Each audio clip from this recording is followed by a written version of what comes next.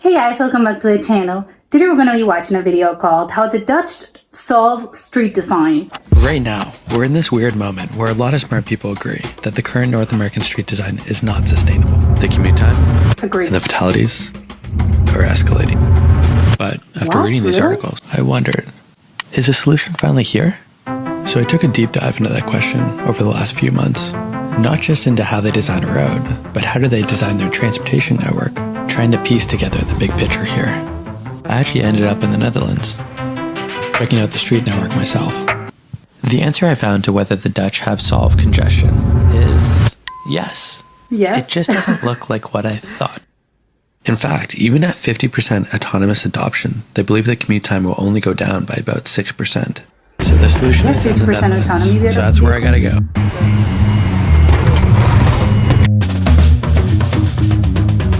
On the way, some context. In cities, car traffic will get slower and slower until it becomes faster to take transit, bike, or walk. This is known as the Down-Thompson's paradox. You might think that adding an additional lane will help, and it does temporarily, but then people switch to driving, noticing that it's faster, and the speed regresses back to the speed of the alternatives. This is known as induced demand. There's more cars. Pedestrians, cyclists, and vehicles can all coexist without conflict, but only if they're all going the same slow speed. This advances the principles of shared streets. It makes a lot of sense, actually. The Netherlands has implemented these concepts to great effect. In the 70s, the Netherlands had the same car-centric street design as the US, but they found that by making it easier and safer to walk, bike, and ride transit, fatalities decreased and street flow improved for everyone, even drivers. This required a change in priorities. Yeah. They prioritized transit, prioritized cycling and pedestrians, and deprioritized the car. They also made a change at the network level. They prioritized streets by mode and speed. The basic concept is that higher speeds should form a perimeter around a network of lower speed access ways and laneways. Walking and biking will often be the most direct and fastest method. At the superblock level, this is what it basically looks like. Laneways are tailored to pedestrians and low speeds. Accessways are tailored to pedestrians and cyclists, and slightly higher speed. These slower streets are designed with restrictions in traffic calming so that vehicles are not allowed in certain areas or are forced to travel at cycling and walking speeds. This approach advances the principles of shared streets, which shows that pedestrians, cyclists, and vehicles can coexist as long as they are all going the same slow speed. Transitways are tailored to pedestrians, cyclists, and transit.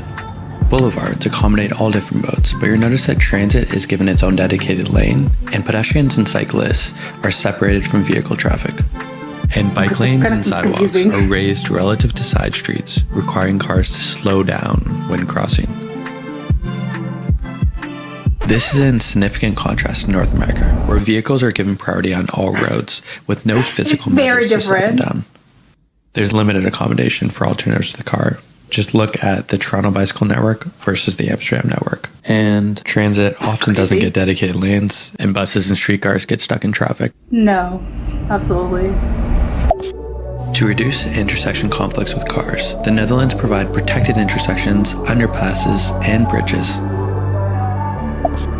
To control vehicle speeds and ensure safety for all modes, all streets have a host of traffic calming measures, like raised sidewalks, chicanes, and speed humps. More generally, beyond the superblock level, and as detailed super well in Jason Slaughter's Not Just Bikes videos, the Netherlands has priority networks, including traffic signal timing for cars, it has like a bikes, transit, and walking. These priority networks are a further way to separate by speed and mode. Here's an example of a car priority network. As you can see, it prioritizes cars, but it still has a separated bicycle lane. And this is a bicycle priority network. As you can see, it has high quality infrastructure. There's no cars. Oftentimes, you're completely separated from cars on bicycle roads, and you have priority at intersections, so you can quickly and safely get across the city. These streets provide access to residential shops, offices, and as a result, have lower speeds. Like everything. In contrast to streets, perimeter roads have fast-moving traffic and have few accesses, and other modes are completely separated. North American cities mix streets and roads, called strobes, which incorporate high rates of speed with other modes and accesses, creating dangerous conditions. In simulations with Like Dutch that street one. design applied at the superblock level, you can see the difference. North American roads Wow, are almost obviously 1 not minute. working, and it's pretty well known. What's up with the traffic in Toronto? I don't know. Have they figured this out? So the Netherlands has figured this No, out. they haven't. In North America, we just need to change the standards, and things need to change at the political level too. In the Netherlands, when they go redo a road after its useful life, they just implement the new standard. We could do this in North my America, God. but if we keep building with the same car-centric model, it'll only make the problem worse, changed so much. even with autonomous vehicles. If you enjoyed that video, please like and subscribe, and you'll definitely like these next videos. Okay, so yeah, this was so interesting, but I'm thinking like, well, it's like for once I'm like, what everyone should implement this. Like it works. They shaved off like almost 1 minute of like of the time, and also like the time it takes you to like get somewhere. But also obviously they have like reduced crashes, obviously reduced deaths, which obviously great. Everyone wants that. But it's crazy because I'm like, wait, and they always when they have to redesign a road, they have to like change it, right? Obviously they have to change a lot of things. It's not just, you know, building the pavement like here. No, they have to like actually build it with this like with these elements in mind. So it's not that, I don't think how easy it is, but I'm surprised by the fact that in the Netherlands not all the roads are like that apparently, because he said now there are some that, you know, if they have to like they have to remodel the thing, they'll just do it in a way that's you know, that's more like what it takes into account all those things of like the priority, if it's a road that prioritizes cars, or if it prioritizes like bikes, they'll have to take that into account. But it's crazy that not all of them are like that, because I'm thinking all of them are like that, but apparently no. But obviously they have to like because I'm thinking like if someone wants to replicate this, it's not, I don't know if you can do it like all at once, right? It's like well, we're just gonna rebuild like the whole network of like roads in a city. Obviously that's not, and much less a country, like that's not realistic. You have to like go through probably like phases. But it's crazy because when I was seeing like they in the 70s, it was like the Netherlands, it was apparently like any other country and like any other city that prioritizes cars. So it wasn't always like this. But I'm surprised by like the short amount of time it took them to actually like change everything, and you know now like it is like that these days. But it's kind of crazy because when I was watching it, I was like, well, how did they do it? Because I'm thinking if you have to like rebuild and remodel the thing, like there's already going to be buildings. Like what are you going to do about the buildings and the houses that are already there? I'm guessing some of them have to be taken. You have to demolish those in order for, I don't know, make a trolley, or you have to maybe create a bike lane. So it's like, how do they do that? And how come they did all, like where did those people move? Like if there's like residential buildings, and it's like, hey, you know, we have to like demolish this building. It's like where do those people go? And I don't know, like I think it sounds easy, but I don't know how easy it is, because I'm thinking like there's a lot of things that come into mind, and I don't know like how easy that part is, especially if it's a busy road, like I think all of them, and I think all cities are gonna be like that. It's like you're gonna be, well, you know, there's already like buildings and stuff. So it's like, how do you actually like, or do they just build around it? Because I don't know how. Maybe that's the way, but I don't know how that would work. Because sometimes it's like, no, we actually do need to like demolish this building in order to make this like workable. But it's crazy. I think I'm so surprised by always it gets like oh my god, there's like so much information, because it's like you have to prioritize like, but the bikes, and some of them are pedestrians, and some of them are cars, and also some of them are like with speed, and it's like, oh my god, there's like so many things. But I think the basic logic is that if everyone goes at the same speed, then everyone like it's like happy for everyone. Everyone's gonna get there on time. Only that, obviously, like if you have a car, it's like you're thinking, oh, but if I have a car, I'm gonna go faster than the bike, or I'm gonna go faster than someone that's walking. But it's like, yeah, but not really, because again, if that's your way of thinking, then everyone's gonna be like, oh, I should just get a car. But then no, it doesn't. It creates more traffic. So if you've got more traffic, obviously you're gonna slow down. So it's not like I'm gonna go, oh, I can go like 80 kilometers per hour. No, because there's a lot of traffic. So you're gonna slow down until you're just like, oh, great. So like I'm going like 10 per hour, because that's just like there's so many cars. So it's easier maybe to just get a bike, because you're gonna go faster. So obviously, that's probably the problem. I think that I would venture to say most countries have that problem. It's like everyone wants a car because, you know, it's the faster method of transportation. But it's like, well, yeah, that's why you should like change the thing. It's like, no, everyone slows down.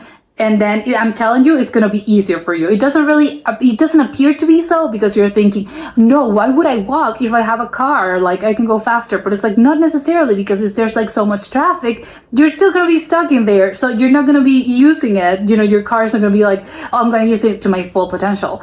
So it is, again, it's a change of mentality that people really should. But I like the fact that we have statistics about this. So it's like, no, I'm telling you, it is like, that's true. Like it's something that happens, and it's like a paradox and stuff. It's like, there's science involved in this. So it's like, okay, great, love it.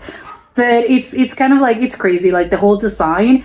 And it looks quite complicated, I have to say. Like the whole, when they were like showing like the blog, and it's like the cars go like this, and then the pedestrians go here and here. And again, it's like a lot of complicated design, at least like in my opinion, because maybe I'm seeing it like that.